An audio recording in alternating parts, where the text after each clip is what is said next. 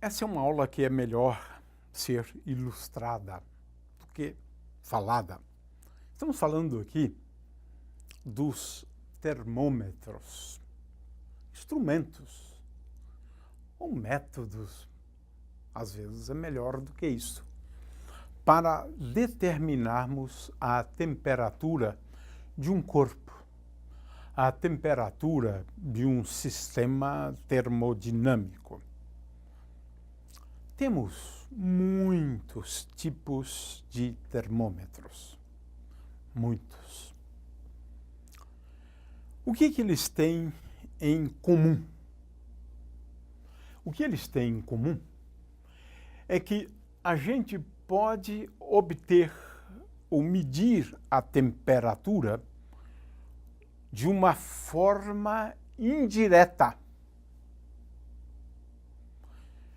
Eu utilizo alguma propriedade termométrica para, a partir da medida de uma grandeza física, inferir a temperatura do corpo, ou do objeto, ou de uma estrela. Então, estes aspectos aqui são muito relevantes, né? É claro que, em alguns casos, nós precisamos aguardar um certo tempo, né, até quando colocamos um objeto em contato com o termômetro, até atingir a termalização. Os dois estarem à mesma temperatura, em equilíbrio térmico. Essa é uma outra coisa importante, especialmente quando a gente coloca um objeto em contato com um termômetro, né? Então, temos muitos termômetros. Vamos aqui esclarecer alguns deles, até mesmo para a gente poder entender melhor, né, o que é propriedade termométrica. Qual é a propriedade termométrica que eu uso para saber que o Sol está a uma temperatura próxima de 6.000 graus Kelvin? Ora, ninguém foi até o Sol, levou um termômetro e colocou lá. Mas a gente sabe que o Sol está a uma temperatura, a superfície, né? A superfície, né? De forma que nós temos métodos aqui indiretos, baseados em alguma propriedade termométrica, né? E é claro que um instrumento vai ser diferente caso a caso. Ora, o protótipo, né, de um termômetro é aquele termômetrozinho que todos estão habituados, né? Muito fácil comprar um. O termômetrozinho de mercúrio, né? Ora, quando a gente quer medir a temperatura de algum objeto, nós colocamos esse objeto, o corpo humano, por exemplo, em contato com o termômetro. Aguardamos um tempo de relaxação, até os dois estarem à mesma temperatura. Em princípio, nós temos aqui um corpo que se mantém a temperatura praticamente constante. Portanto, a temperatura do termômetro é que vai subir. Em geral, você percebe que o termômetro está frio, né? De forma que a temperatura do termômetro sobe e se iguala à temperatura do corpo ou do objeto que se quer medir, né? Agora, como é que a gente mede a temperatura? Ora, o mercúrio, e já utilizaram também no passado o álcool, o mercúrio tem uma propriedade muito interessante. Aliás, isso é bem típico das substâncias, né? Delas se dilatarem. Uma barrinha, por exemplo, se dilata quando a temperatura do corpo aumenta. De forma que a gente poderia fazer uso da dilatação, né? Por exemplo, de um corpo para medir a temperatura dele. Né? O quanto ele está mais dilatado. Ora, no caso do mercúrio, ele se expande quando aumenta a temperatura. De forma que aqui a propriedade termométrica pode ser pensado em relação à expansão do mercúrio, o aumento do volume do mercúrio, e o que eu meço aqui é essa altura. De forma que poderíamos pensar também na altura como sendo a propriedade termométrica. Né? Aqui, de preferência, teríamos aqui o vácuo, seria melhor, né? O vácuo. E em função da altura, a gente vai utilizar aqui uma escala graduada, de forma que a gente pode fazer a leitura diretamente depois, né, de um outro processo que é importante também em relação a esse instrumento, que é a calibração do instrumento. Esse é um outro aspecto importante em relação aos termômetros, né? Esse termômetrozinho simples, né, ele foi concebido por Fahrenheit, de forma que há mais de 100 anos, né, nós tomamos conhecimento, né, desse tipo de termômetro, que é muito prático, você transporta para qualquer lugar, né, e todos têm em casa, afinal de contas, né. Essa é uma forma da gente fazer prevenção também, né. O fato é que este aqui é apenas um tipo de termômetro.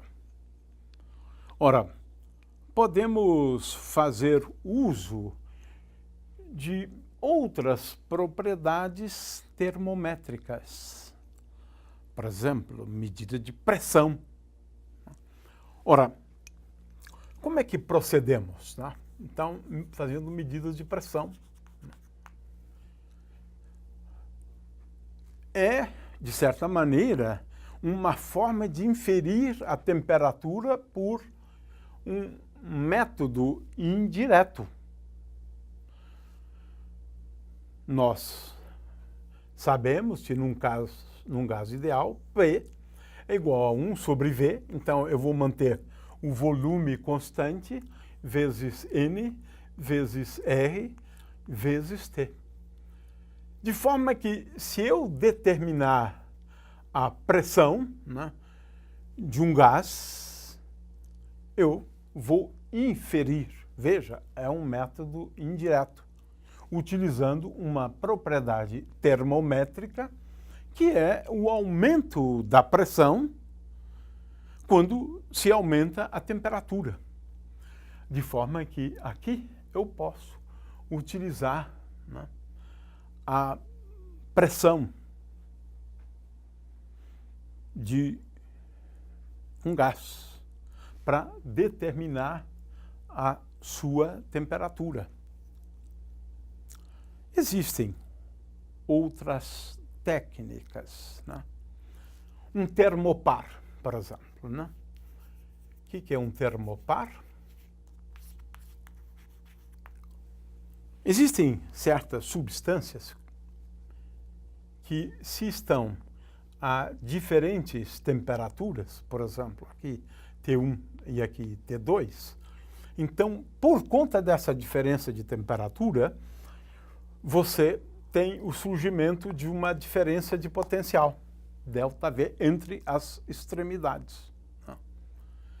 De forma que, se eu souber como determinar essa diferença de potencial, eu tenho uma forma de medir a diferença de temperatura, de forma que, com isso, eu posso fazer uso de um termopar para construir um termômetro. Sabe, esses termômetros digitais, nós estamos fazendo uso disso, porque gera uma diferença de potencial que pode ser medida e, a partir dela, inferir a temperatura. De forma que esses termômetros digitais funcionam a partir de medidas ou de propriedades termométricas, diferença de potencial. A gente pode também, por exemplo, no caso de um fluido qualquer, um gás e assim por diante, nós podemos medir a velocidade do som. É isto. A partir da medida da velocidade do som, vamos escrever Vs, a velocidade do som. A velocidade do som se pode mostrar que ela envolve Cp, Cv, calores específicos, a pressão constante, a volume constante, tem umas constantes aqui, né? K vezes T, dividido por M, e aqui uma constante. De forma que o fato é que a velocidade do som depende linearmente com uma temperatura. Consequentemente, se eu medir a velocidade do som, é uma maneira indireta. Eu estou usando aqui uma propriedade termométrica, medindo a velocidade do som. Medindo constante dielétrica, medindo susceptibilidade magnética, eu posso estabelecer a dependência dessas grandezas com a temperatura e, a partir daí, construir, então, termômetros baseados no quê? Na medida da constante dielétrica, na medida da susceptibilidade magnética de um material paramagnético, por exemplo. Nesse caso, ela depende com o inverso da temperatura, de forma que podemos construir um termômetro magnético baseado numa propriedade termométrica. E assim por diante. No texto, na apostila, descrevemos outros termômetros. Mas eu só queria, para encerrar, falar de uma propriedade termométrica para a gente determinar, por exemplo, a temperatura de uma estrela. Essa propriedade é a luminância.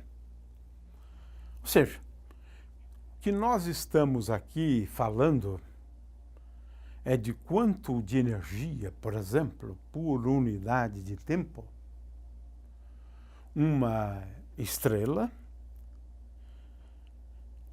emite, gera e lança para todo o espaço. Essa grandeza é a luminância e, de acordo com a lei de Stefan Boltzmann, essa grandeza física ela é proporcional a uma constante conhecida como constante de Stefan Boltzmann, vezes T, a quarta temperatura. Aliás, na realidade, utilizando esse método, em princípio, a gente pode inferir a temperatura de qualquer objeto aquecido. De forma que, se eu calcular essa propriedade, se eu determinar essa propriedade termométrica, né, eu posso determinar a temperatura de uma estrela. Eu nem sequer vou levar o termômetro até lá. Eu faço uma medida de uma propriedade termométrica e por uma via indireta eu vou determinar a temperatura. Então vejo quão sutil muitas vezes é a determinação de temperatura, onde a gente, em alguns casos, quer medir a temperatura de um objeto, nós colocamos o termômetro próximo dele, esperamos a termalização, esperamos atingir o equilíbrio ou o estado de equilíbrio termodinâmico e, por uma via indireta, fazendo uso de uma propriedade termométrica, eu determino a temperatura daquele corpo. Mas eu posso determinar a temperatura de um corpo sem precisar colocar um outro em contato com ele. Quando eu coloco um outro em contato com ele, eu quero lembrar que nós estamos fazendo uso da lei zero da termodinâmica. Mas muitas vezes você não precisa estar em contato, você infere por uma via indireta, medindo, por exemplo, a luminância de um corpo.